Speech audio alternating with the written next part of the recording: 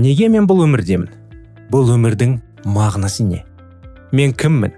Осы сұрақтар сізге таныс па? Түнде жалғыз қалғанда немесе шаршаған сәттерде, көңілсіздікке немесе қуаныштада, дәл осы сұрақтар санада жаңғырады. Кейде олар мазалайды, кейде шабыт береді. Статистика бойынша әрбір екінші жасөспірім мен әрбір үшінші ересек адам өмірінің бір кезеңінде өмірінің мағынасы жайлы терең ойларға беріледі. Бұл адами табиғаттың бір бөлігі.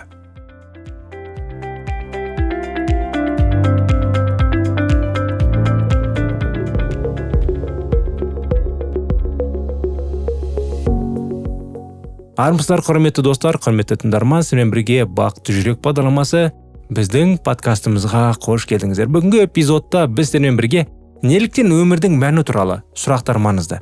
Бұл сұрақтар адамға не береді? Қандай сәттерде олар пайда болады? Жауап іздеудің қандай жолдары бар?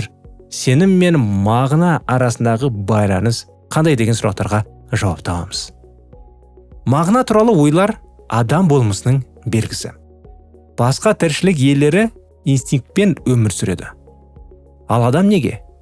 Деген сұрақ қояды. Бұл оның рухани және ойлы тіршілік иесі екенінің дәлелі. Тарихи мысал, достар. Ежелгі грек философы Сократ. Сұралмаған өмір емес деген. Бұл адам өзін тануға, өмірін байыптауға ұмтылу керек дегенді білдіреді. Психолог Виктор Франклдың зерттеуі нацистік концлагерде аман қалған Франкл мағына іздеу атты еңбегінде өмірдің мағынасы бар деп сенгендер. Тіпті ең ауыр жағдайда да өмір сүруге мотивация таба алады деп жазады. Ол мағынасыз өмір адамды күйзеліске итермелететінін дәлелдеген. Бұл сұрақтар қай кезде пайда болады, достар? Қиындыққа ұшырағанда, қарым-қатынас сәтсіз болса, жақын адамнан айырылғанда, жаңа белес алдында, оқу, жұмыс, отбасылық өмір, жалғыздық немесе бос уақыт көбейген кезде. Мысалы, Айгерім есімді 27 жастағы қыз бар. Ол қалада жақсы жұмыс істеп, достары да бар еді. Бірақ іштей мен сондағы бостықты сезінетін. Бір күні демалыста ауылға барып, әжесімен ұзақ әңгімелескен. Әжесі оған өмір бол, сенен кейін не қалатыныңда деген. Осы сөз Айгерімді терең ойға салды. Сол күннен бастап ол ерікті болып, жетім балаларға көмектесе бастады. Өміріне жаңа мағына келгендей болды. Мағына іздеудің пайдасы қандай, достар? Біріншіден, ішкі үйлесімділік. Келесі, мақсат қою және соған жету. Келесі, күйзелістің азаюы. Ал тағы, өмірдің әр сәтін бағалау. Тағы да айтады кететін, өзгелермен қарым-қатынасты нығайту. Гарвард университетінің 75 жылдық зерттеуі бойынша өмірінде нақты мақсатпен мағына көре алған адамдар басқа топқа қарағанда ұзақ өмір сүріп, әлде қайда бақытты болған екен. Сенім мен мағына ше? Сенім адамның ішкі тірегі. Ол адамға мынандай сұрақтарға жауап табуға көмектеседі.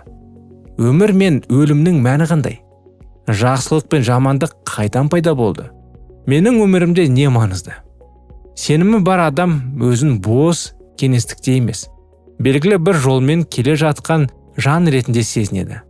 Бұл оған ішкі тыныштық, үміт және жауапкершілік береді. Мысал, қартайған ата-әжелеріміз неге көбіне сабырлы? Өйткені олар сенім мен құндылыққа сүйенеді. Олар көп нәрсені түсініп үлгерген және өмір жолын мағынамен қабылдаған. Олар бәрін түсінеді ғой, біледі. Кей кезде ата-аналар айтады ғой балаларына: бүйтсейші, сөйтсейші, олай істемей қой. Балалар түсінбейді, ата-аналар жақсылық ұсынып атқанын ше. Қайта олар қарсы деп ойлайды. Неліктен? Өйткені ата-аналардың бастарынан ол нәрселер өткен. Не жаман, не жақсы, ол салдары неге әкелетінін біледі.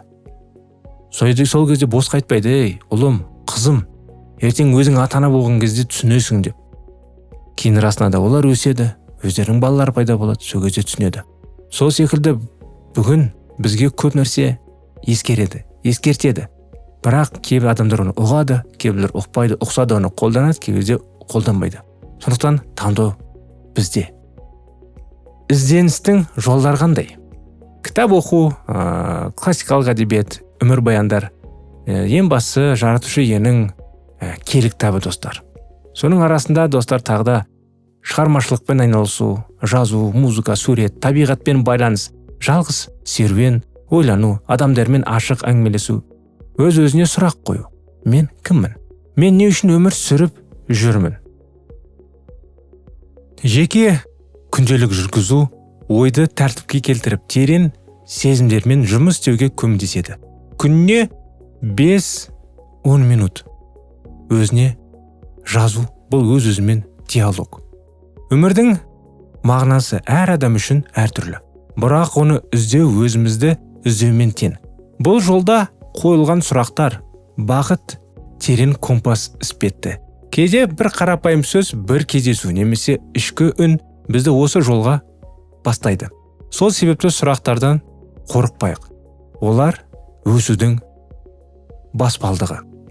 Сондықтан достар, өмірдің мәні неде? Адамдар өздеріне сұрақ қояды ғой.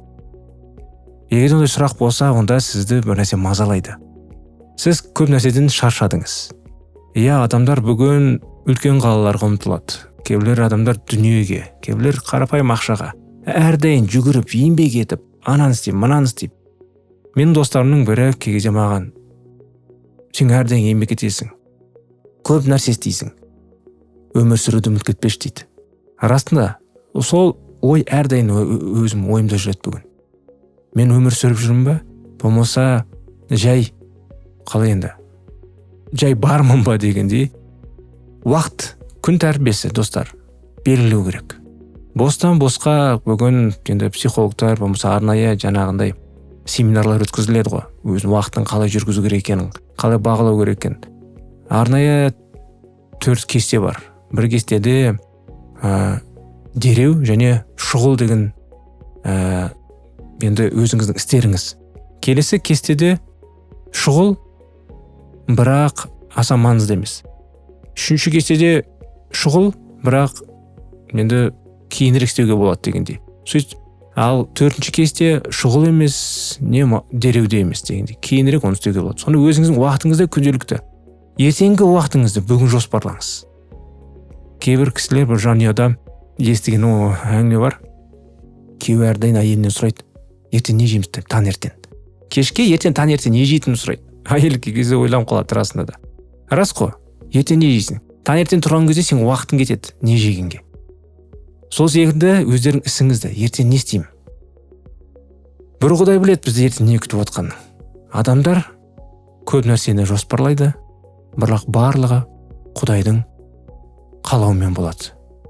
Құдай қаласа дейміз ғой достар, қазақ елінде солай емес пе? Сондықтан Құдай сіздерді жарылқасын, жанұяңызге батасын берсін, өзі жетелесін. Сол керемет, сондай ғажап, тірі Құдайға, жалғыз бір Құдай, бүкіл әлемді жаратқан. Соған бүгін бетімізді бұрып, оған дұға етейік.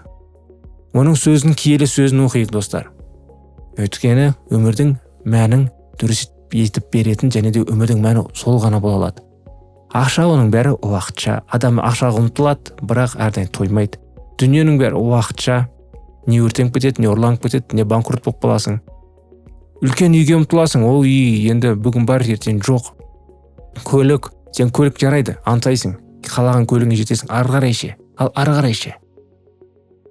Бүгін болмасың, бір күні сенің мақсаттың бәрі орындалады. Ары қарай ше. Ары қарай достар. Біз әрдайым бір қадам алдыға болайық. Егер бұл эпизод сізге ой салса, достар, бөлісіңіздер. Басқа адам үшін дәл осы сөздер маңызды болуы мүмкін. Арнаға жазылып, пікіріңізді қалдырыңыздар, ұялмаңыздар. Біз үшін бұл үлкен қолдау болады. Келесі жолға дейін сау, сәлеметті болыңыздар.